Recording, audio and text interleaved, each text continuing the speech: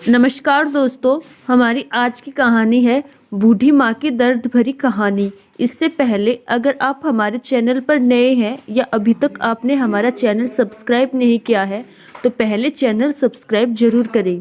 सर्दियों के मौसम में एक बूढ़ी औरत अपने घर के कोने में ठंड से तड़प रही थी। जवानी में उसके पति का देहांत हो गया था। घर में एक छोटा बेटा था। उस बेटे के उज्जवल भविष्य के लिए उस माँ ने घर घर जाकर काम किया।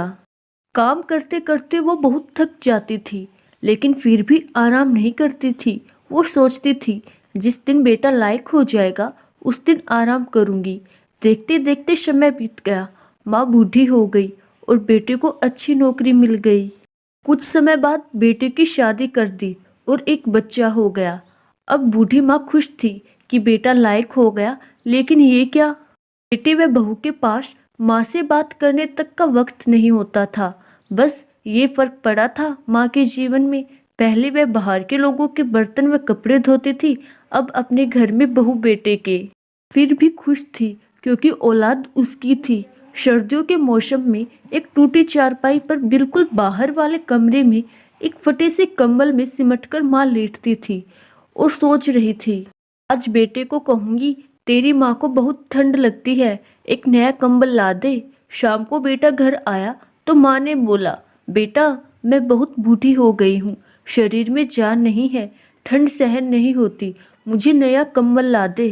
बेटा गुस्से में बोला, इस महीने घर के राशन में और बच्चे के एडमिशन में बहुत खर्चा हो गया। कुछ पैसे हैं पर तुम्हारी बहू के लिए शाल लाना है, वो बाहर जाती है, तुम तो घर में रहती हो, सहन कर सकती हो, ये सर्दी निकाल लो, अगले साल ला दूंगा। बेटे की बात सुनकर माँ चुपचाप सिमटकर कंबल में सो गई। अगले सुबह देखा तो माँ इस दुनिया में नहीं रही। अब रिश्तेदार पड़ोसी एकत्रित हुए।